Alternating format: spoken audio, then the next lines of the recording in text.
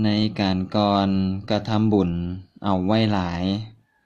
บริจาคสิ่งของต้องประสงค์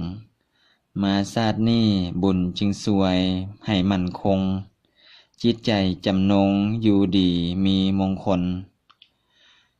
มงคลชีวิตที่ห้าปุเพจักตาปุญญาตา การกระทำบุญไว้ในปางก่อน บุญนั่นหมายถึงการกระทำดี คุณงามความดี การทำบุญเอาไว้ในปางก่อนนั่นหมายความว่าเฮาได้อบรมความดีได้บำเพ็ญบุญบารมีในการที่ล่วงแล้วเป็นลำดับมา จึงเป็นเหตุให้บุคคลได้แลเห็นผลประโยชน์แห่งความดีที่ตนเองได้รับอยู่ในปัจจุบันว่าเป็นผลมาจากการกระทำในครั้งก่อน บุญบารมีนี่ก็คือบารมีทั้ง10ประการอันประกอบไปด้วยทานบารมี ศีลบารมี เนกขัมมบารมี ปัญญาบารมี วิริยะบารมี ขันติบารมี สัจจะบารมี อธิษฐานบารมี เมตตาบารมี และอุเบกขาบารมี บารมีดังกล่าวนี้ชายและหญิงผู้ที่เกิดมาในชาติปัจจุบัน พอฮู้ความก็จะได้เริ่มบำเพ็ญบารมี ทั้งนี้นั้นอย่างใดอย่างหนึ่งหรือว่าคุณความดีอย่างใดอย่างอื่น ด้วยความอุตสาหะมานะจนเฮ็ดให้มือก่อนนี่ก็ดี ผู้ได้บำเพ็ญบารมีแล้วนี้หรือคุณความดีอย่างอื่นอีกหลายมาตั้งแต่ชาติตั้งแต่อดีตที่ชื่อว่าเป็นผู้มีบารมีมาก่อน ได้เฮ็ดเอาไว้ในปางก่อนนั้นธรรมดาบุคคลยอมปรารถนาความเจริญให้แก่ตนเองด้วยกันทั้งนั้นเนาะแต่ความเจริญที่บุคคลปรารถนาอยู่นั่นเป็นผลที่ตัวบุคคลจะได้ก่อด้วยลงทุนเฮ็ดความดีอันเป็นตัวเหตุไว้ก่อนถ้าเป็นแต่เพียงปรารถนาแต่บ่ได้ลงทุนทำความดีผลนั้นเป็นกำไรก็จะมีมาแต่ใส่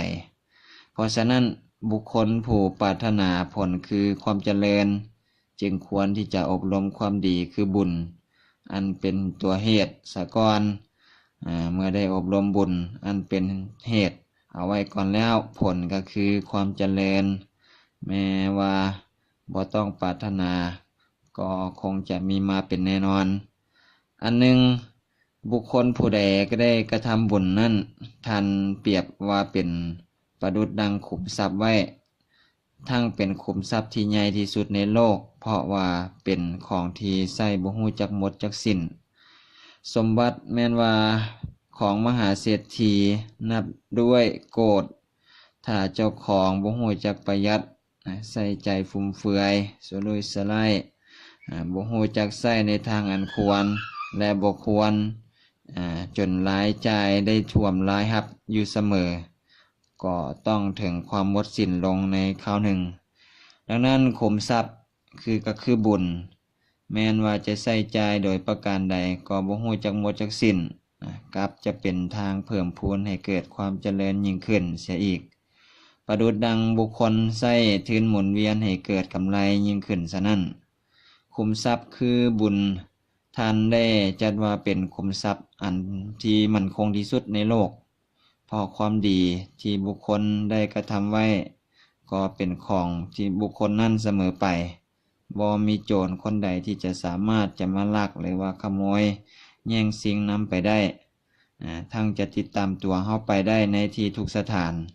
แม้นว่าทรัพย์ที่บุคคลได้ฝากไว้ในธนาคารอันนับว่าเป็นหลักฐานอันมั่นคงก็ยังบ่มั่นคงเท่าปุเพกตปุญญาตาเป็นที่ตั้งแห่งความสมบูรณ์แบบด้วยคุณสมบัติด้วยเหตุประการนัสนี้องค์สมเด็จพระสัมมาสัมพุทธเจ้าจึงได้ทรงตรัสสรรเสริญไว้ว่าเป็นสมบัติจักรพรรดิประการหนึ่งประดุจดังล้อรถอันพาผู้ขึ้นให้ไป ถึงจุดมุ่งหมายปลายทางซะนั่นเพราะเหตุที่การได้กระทำบุญไว้ในปางก่อนเป็นต้นทุนให้เกิดกำไรคือความเจริญในปัจจุบันพระพุทธองค์จึงได้ตัดการทำบุญไว้ในปางก่อนว่าเป็นอุดมมงคลอันยิ่งดังพุทธสุภาษิตที่ได้ยกมาข้างต้นว่าปุพเพจักตปุญญาตา